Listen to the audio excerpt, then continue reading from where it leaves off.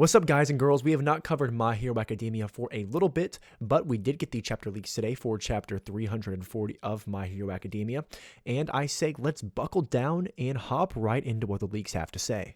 So the chapter begins with All Might and Hawks explaining that after Ioma's reveal, they have reduced the number of people involved in formulating the plan as much as possible. Ragdoll was called in, and although she is sad that the other pussycats are not there, she says that she will do her best to stop Search from being used for evil purposes. All Might then puts two magnets on a blackboard, one representing Shigaraki and the other All For One, and says that the top priority is to separate them. Shigaraki is now stronger than All For One, which we know, and as long as their consciousness is connected, the heroes won't win. The leader of the pilots asks why All For One didn't go to fight Star alongside Shigaraki, and All Might explains that it's because he would be affected by New Order, since there wouldn't be confusion with the names. He then sets the condition for them to win: put them at a distance of at least 10 kilometers from each other. Thinking about it, yeah, obviously Shigaraki is stronger than All For One, but saying that out loud does sound kind of crazy. Shigaraki really has come a long way as a villain. It's interesting that All For One would be affected by New Order given the whole nomenclature thing, but we don't know All For One's initial names, so I feel like there could be some little gimmick involving that. Tsukuyuchi says that All For One will use his soldiers well to avoid this being possible. Dabi, for example, can use area attacks and limit the opponent's movement, as happened in the camp and on Guga Mountain. And he is not the only one. In order to be able to draw Shigaraki away from All For One, they will need to lure each of the stronger villains and face them in isolation. The key to this is none other than Ioma. Tsukuyuchi is still a bit skeptical. He says he understands the logic, but it is hard to trust someone who betrayed society as a whole. All Might, however, says he trusts him, and so does Aizawa. This seems like some really good setup for a lot of individual fights. The one I am most excited for is definitely Dabi vs. Endeavor in Todoroki. I'm sure there will be some Himiko Toga vs. Ochako as well, which will be absolutely great to see. This is really in-game, boys and girls, and here the hell we are.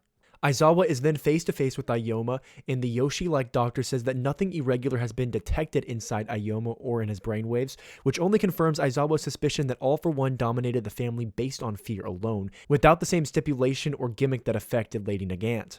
He then asks Ioma what scares him so much, and Ioma says that besides All For One, he is afraid of not being able to shine as brightly as his friends. The more they trust him, the more he doubts himself. He is afraid that even if he holds their hand, he will end up betraying them again if All For One asks so. Aizawa understands that he has to forcibly remove this fear from Ioma. He says that despite the circumstances, his crimes will not be erased. It is very likely that he will not be able to remain at UA once this battle is over. The students were kinder because they are his friends, but he prefers to speak the truth. You have to fight. That's the only thing you can do right now. Ioma seems invigorated, but wonders if a single criminal such as himself can make any difference. Aizawa says that he is not alone. This is a path that everyone will travel side by side. As he says this, we see Shinso in his hero uniform hanging from a tree. His friends from the regular course says that it's time, and he agrees.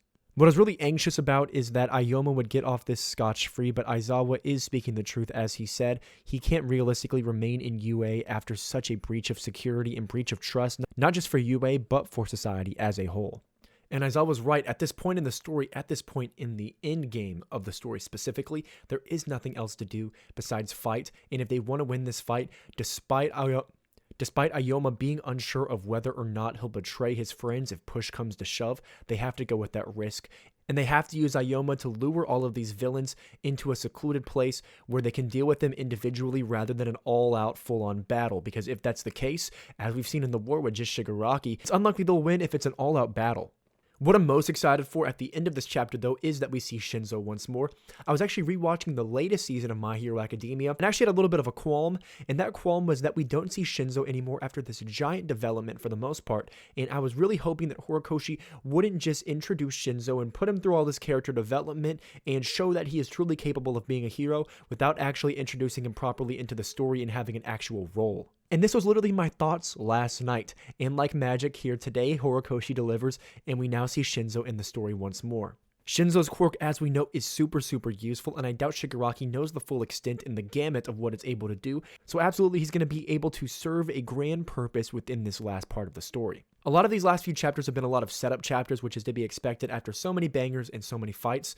So although this chapter wasn't full of a ton of action, nonetheless, this setup is necessary because once the actual battles start, there's not going to be a lot of time for storytelling and tons of dialogue. It's going to be scrapping and fighting in one-on-one fights, which I know we are all excited for. So guys, if you enjoyed this video on the My Hero Academia chapter 340 spoilers, which was the initial bread and butter of my channel, please let me know in the comment section below. And if you haven't already, please subscribe, as we really are pushing for 1K. And as if you can't tell, I've had a lot more energy lately, and so the quantity of videos I'm making has increased as a result.